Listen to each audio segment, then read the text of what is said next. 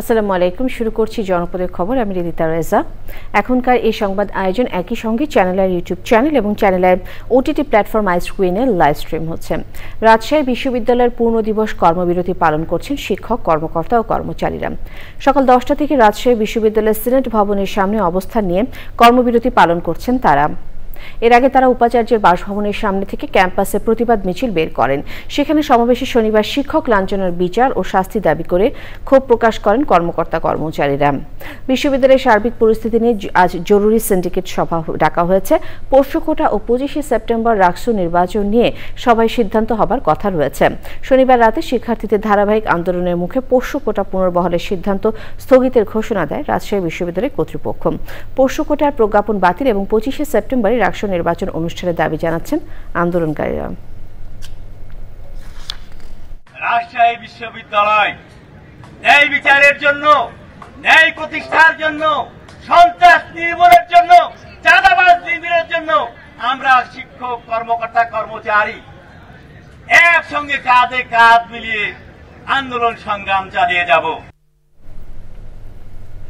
বাগেরহাটের সংসদীয় আসন পুনর্বহালের দাবিতে আবারও আন্দোলনে নেমেছে সর্বদলীয় সম্মিলিত কমিটি। সকাল 9টা থেকে দুপুর 1টা পর্যন্ত জেলা নির্বাচন অফিসের সামনে অবস্থান কর্মসূচি পালন করেছেন কমিটির সদস্যরা। এর আগে টানা 3 দিন অবস্থান কর্মসূচি শেষে বৃহস্পতিবার তৃতীয় দফা অবস্থান কর্মসূচির ঘোষণা দেন সর্বদলীয় সম্মিলিত কমিটির কো চেয়ারম্যান এম.এস. সালাম।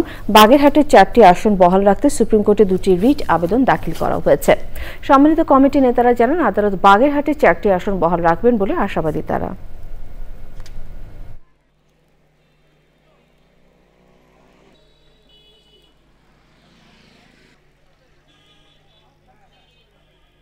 আমরা নির্বাচন কমিশনকে বারবার বলার চেষ্টা করছি যে আপনারা বাগেরহাটের মানুষের প্রাণের দাবিটি বোঝার চেষ্টা করুন। আপনারা যে অন্যায় সিদ্ধান্ত নিয়েছেন সেই সিদ্ধান্ত থেকে সরে আসুন। তারা যদি আমাদের আন্দোলন চলা অবস্থায় তাদের সিদ্ধান্ত থেকে ফিরে না আসে, তাহলে বাগেরহাটের আপামর জনতা তীব্র থেকে তীব্রতর আন্দোলন করে তাদের দাবি 4টি আসন ফিরিয়ে আনার ব্যবস্থা করবে। সাবেক ভূমিমন্ত্রী সাইফুজ্জামান চৌধুরী জাভেদের পারিবারিক গাড়ি চালকের বাড়িতে অভিযান চালিয়ে 23 বস্তা নথি জব্দ করেছে দুর্নীতি দমন কমিশন দুদক। শনিবার রাতে ওই অভিযান চালানো হয়। দুদকের উপপরিচালক মশিউর রহমান জানান, সাইফুজ্জামান জাভেদের স্ত্রী রুখমিলা জামানের গাড়ি চালক ইলিয়াসের শিকলবাহার বাড়িতে অর্থ পাচার ও দেশীয় ব্যবসার বিভিন্ন নথিপত্র লুকিয়ে রাখার খবর পেয়ে সেখানে অভিযান চালানো হয়। ইলিয়াস সব নথি তার বাড়ি থেকে সরিয়ে পার্শ্ববর্তী ওসমান তালুকদারের বাসায় রাখে। পরে তালা ভেঙে 23 বস্তা নথি জব্দ করা হয়। এসব নথি পর্যালোচনায় দেখা যায় বিদেশি টাকা পাচার ও বিভিন্ন ব্যবসা সংক্রান্ত।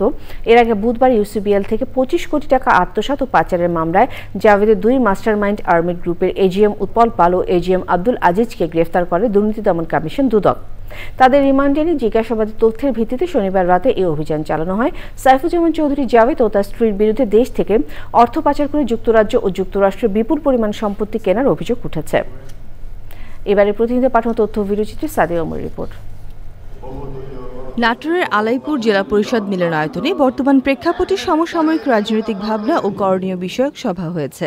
উপস্থিত ছিলেন অ্যাডভোকেট রুহুল কুদ্দুস তালুকদার দুলু ও অন্যরা।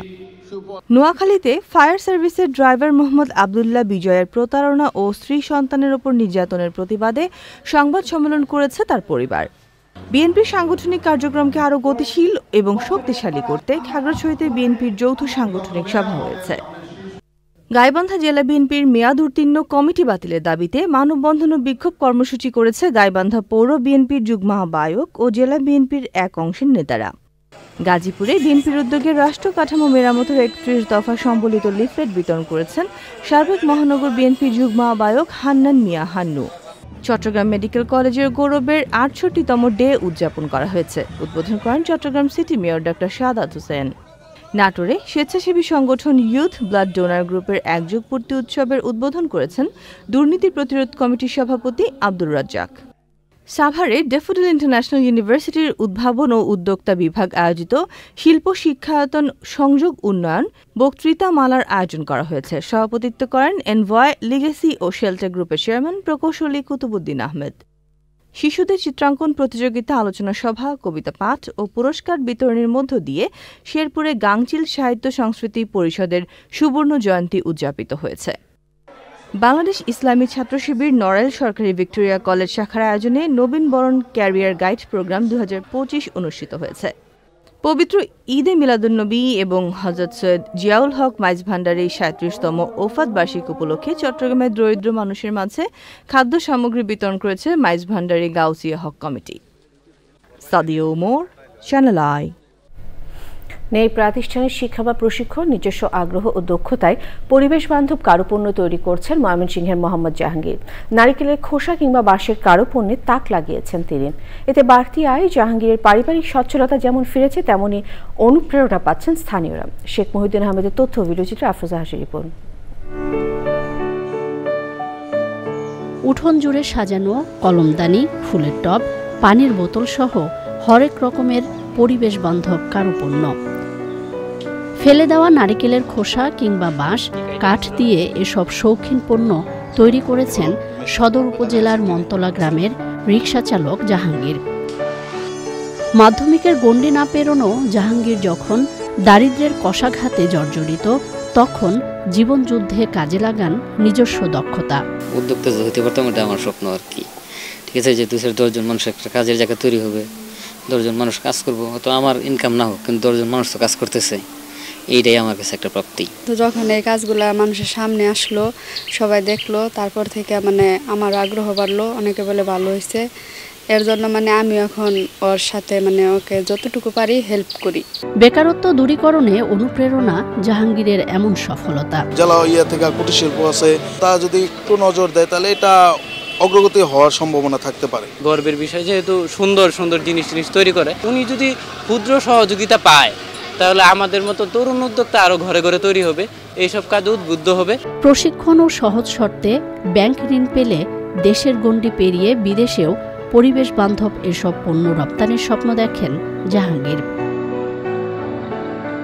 আফরোজা হাসি, প্রকৃতি ও জীবন ডেস্ক, চ্যানেল আই। জনপদের খবর আজকের মতো এ পর্যন্তই। ধন্যবাদ।